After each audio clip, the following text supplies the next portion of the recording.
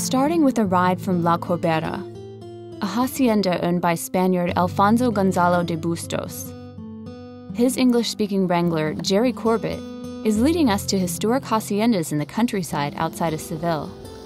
I feel like the three amigos as Alfonso, Jerry, and I begin our trek through the area farmland.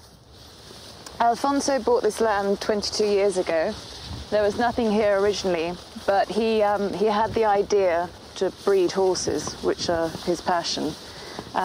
He's got 30 now, different styles. They've also got horses for children with disabilities. In Andalusia, like much of the world, horses are prized possessions, but also status symbols. Men from Andalusia in particular garner great pride and a sense of prowess from their mounts. We ride through fields of olive trees and oranges before coming to our first hacienda. This is Hacienda Don Rodrigo, which is the oldest hacienda in the region and belongs to the Marquesa de Miranda. This old hacienda still produces olives, and we venture through its nearby orange grove before stopping for an on-the-trail snack. Yeah, these are Seville oranges, which obviously you can't eat because they're really, really sour.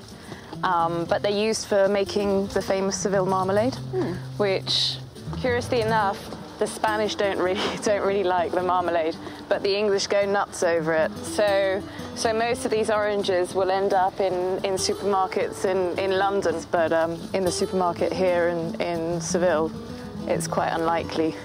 So these are traveling oranges? Yeah. We're having lunch at the next hacienda, but Alfonso usually stops for an aperitif during his rides. Very typical Spanish is to give an aperitif stop. There are lots of alcohol stops on Alfonso's trips. Okay, so this is very typical when we go riding. After an hour or so, we like to stop and, very civilized, have a glass of cold manzanilla, which comes from Jerez and goes very, very well with the typical Spanish ham that we've got here, and the cheese.